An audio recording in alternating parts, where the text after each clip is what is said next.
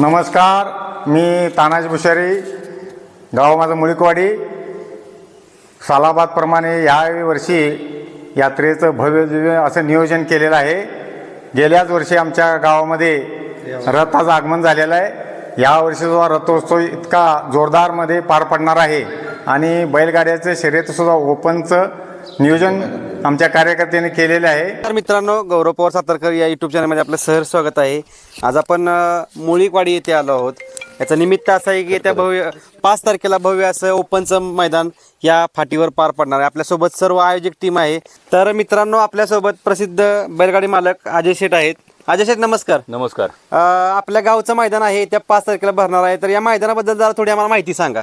आमच्या गावची यात्रा श्रीनाथ बाबा, ज्योतिबा, हनुमान आणि खंडोबा यात्रेनिमित्त मैदान आहे.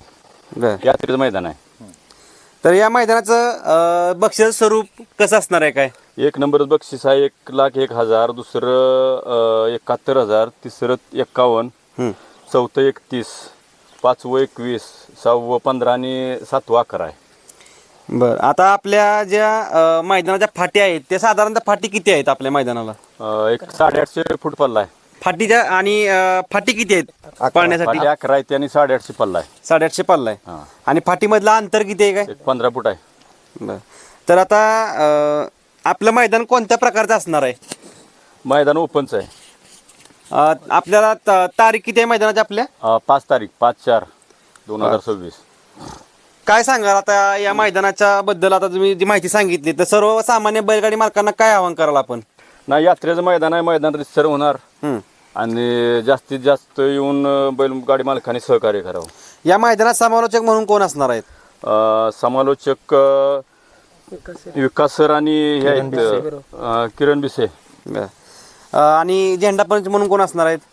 सलीम चाचा आणि आसिफ मुलानी. या मैदानाचे लाईव्ह चित्रीकरण कोणत्या चॅनलवर केले जाणार? फी 3. मैदानाचे लॉट्स कधी पाडणार आहेत? काय 4 तारखेला संध्याकाळी 9 वाजता. मैदानावर येण्यासाठी मार्ग कसा असणार आहे? काय मल्हारपेठ रोड आहे आपला, म्हणजे कराड पंढरपूर रोड आहे. त्या रोड मधून आता 1-1.5 किलोमीटर मैदान आहे. बैलांना आता आपले जे मैदान आहे, तर या मैदानाच्या आजूबाजूला ओढा, विहीर, नाले, जेणेकरून मैदानात बैलांना दुखापत होण्याचे चान्सेस असतात. त्यामुळे काय आहे का इथं? काय सुद्धा नाही. आणि आमच्या बैलांच्या सुद्धा फेर इथंच असते, त्यामुळे काहीच नाही. आणि पुढं मला वाटतं 1-2 किलोमीटर दूरच आहे. म्हणजे पुढे पळून गेल्यानंतर पण अडचण नाही? काय अडचण नाही.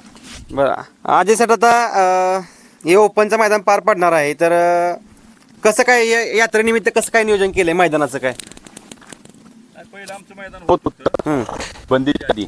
बर, त्या बंदीनंतरचं पहिलं मैदान आहे. आपल्यासोबत व्हायचं पहिलं पण मैदान. बरं. तर आपल्यासोबत अजून सहकार्य त्यांचे भगवान दादा. दादा, नमस्कार. नमस्ते. काय सांगाल आता आपलं गावचं मैदान यात्रेचं? काय सांगाल मैदानाबद्दल? ही मैदान अखिल भारतीय बैलगाडा संघटनेच्या नियमानुसारच होणार आहे. इथं कोणत्याही प्रकारची चिटिंग होणार नाही, रितसर मैदान होणार आहे.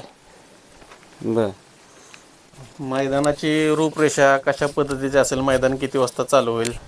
सकाळी 9 वाजता होणार आहे आणि लॉट आदल्या दिवशी निघणारच आहे. त्यामुळे सकाळी लवकर होऊन सूर्याच्या साक्षीनं फायनल घेऊन आपली बैलगाडा मालक सुखरूप घरी गेलेली पोचली पाहिजे, त्या अपेक्षेनंच आम्ही मैदान चालू करणार आहे. आता ज्या पद्धतीनं मैदानामध्ये शासकीय ॲम्ब्युलन्स असेल याची व्यवस्था करण्यात आली आहे का? नाही, सर्व शासकीय ॲम्ब्युलन्स असणार आहे. परत बैलगाडी मालकांना पाण्याची सुद्धा सोय केलेली आहे इथं. आता मैदानाविषयी थोडीशी माहिती द्या. आता 850 फुटाचा पल्ला आहे, उराटीचं रान आहे. जवळपास 1000 फुटाचा पल्ला धरून चालायला सामान्य बैलगाडी मालकांना काय आव्हान कराल?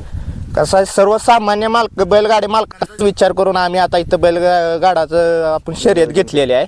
आणि महत्वाचं म्हणजे आपण गट पास केल्यानंतर ज्या बैलगाडी मालकाला आपण प्रवेश फी रिटर्न माघारी देणार आहे, सन्मान चिन्ह पण देणार आहे. प्रवेश फी तुम्ही गट पास केला तर ती रिटर्न देणार? हो, रिटर्न देणार. मित्रांनो, सन्मान चिन्ह रिटर्न देणार आहे. प्रवेश फी रिटर्न देणार आहे बर आणि सन्मान चिन्ह देऊन त्यांचा सत्कार करण्यात येणार आहे. बघा मित्रांनो, एक ऐतिहासिक मला वाटतं निर्णय या यात्रा कमिटीने घेतलाय की जेणेकरून नंदी लांबून येतात पण त्यांना कुठेतरी निराश होतात की गट पास झाला नाही तरी, पण गट पास झाल्यानंतर पण बक्षीस मिळणार आहे.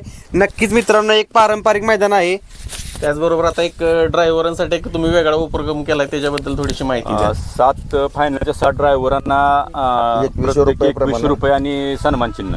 बर आणि क्वार्टरला सुद्धा आम्ही केलंय. क्वार्टरला क्वार्टरला प्रत्येकी 25 रुपये आणि 2 डाली. म्हणजे कुठेतरी जास्तीत जास्त बैलगाडी मालकांना गुलाबात राहण्याचे चान्स या मैदानामध्ये आहेत. आता त्याचबरोबर आपण ज्या पद्धतीने बोलतो पावना रावळा वशिला काय या ठिकाणी चालणार का? तसं नाही काही नाही, चालणार काही सुद्धा नाही. मैदानात. अखिल भारतीय बैलगाडी गावच्या संघटने गाड्या- नियमानुसार गावच्या गाड्यांना पण कडनी फाटी आली तर कडनीच पळायचं आहे. हम्म, हम्म, त्यात काय बदल होणार नाही. हम्म. पाहुणा बिवणा आला कोण आला तरी पाहुणा घरी. बर इथं आणि मैदानावर काय पाहुण्याचं काही होणार नाही. आणि बक्षीस जे बॅनरवर दिलेत ते योग्य ते बक्षीस ते मिळणार एक बालकांना. रुपया मोजूनच घ्यायचं इथं बक्षीस सगळ्या बैलगाडीवाल्यांनी. जे ज्याची बक्षीस गाडी आता राहील तयार ठेवले. बक्षीस आता आमची तयारच आहे ती. मैदानाचे नोंदणी संदर्भात माहिती द्या. नोंदणी किती तारखेपासून चालू होणार, किती तारखेपर्यंत? नोंदणी आता कालपासून आपण चालू केलेलं आहे. 4 तारखेपर्यंत 4 5 तारखेला वाजेपर्यंत संध्याकाळी 7-8 वाजेपर्यंत नोंदणी चालेल. 9 वाजता लॉट निघतील.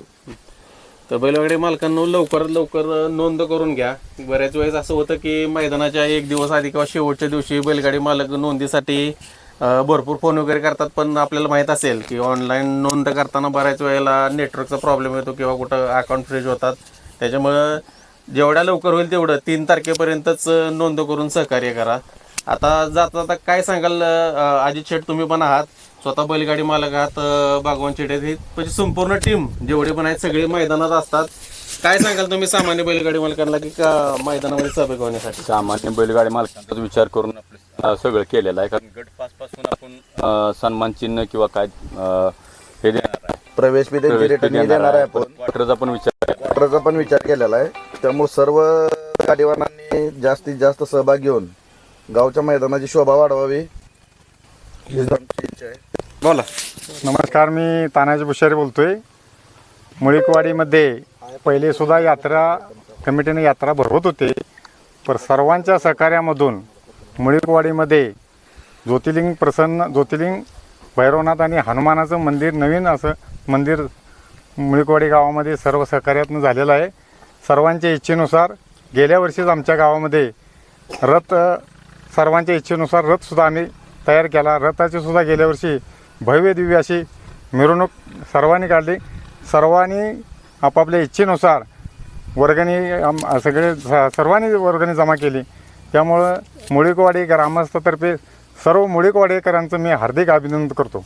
तसेच आमचे अजय शेठ ही जी टीम आहे बैलगाड्याचा, मला एवढे अनुभव नाही त्यातला, तरी थोडं यांच्याकडून ऐकायला मिळाल्यानंतर ह्यांनी सांगितलं, गेल्या वर्षीच आम्हाला हे मैदान बैलगाड्याचं शर्यतीचं भरवायचं होतं, पण काय अडचणी आल्यामुळं आम्हाला इकडं हे एरियात तयार नव्हता. तर अजय शेठच्या ह्यांच्या ह्या सहकाऱ्यांच्यामुळे हा मैदान तयार झालं.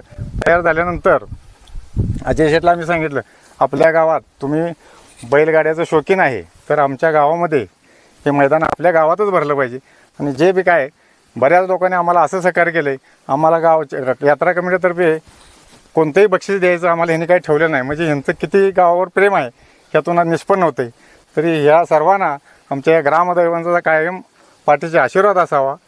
आणि यात्रा आमची अगदी देवाच्या आशीर्वाद एकदम जोरदार यात्रा होणार. इथून पुढं सुद्धा अशाच यात्रा, भव्य अशा यात्रा भरत जाणार.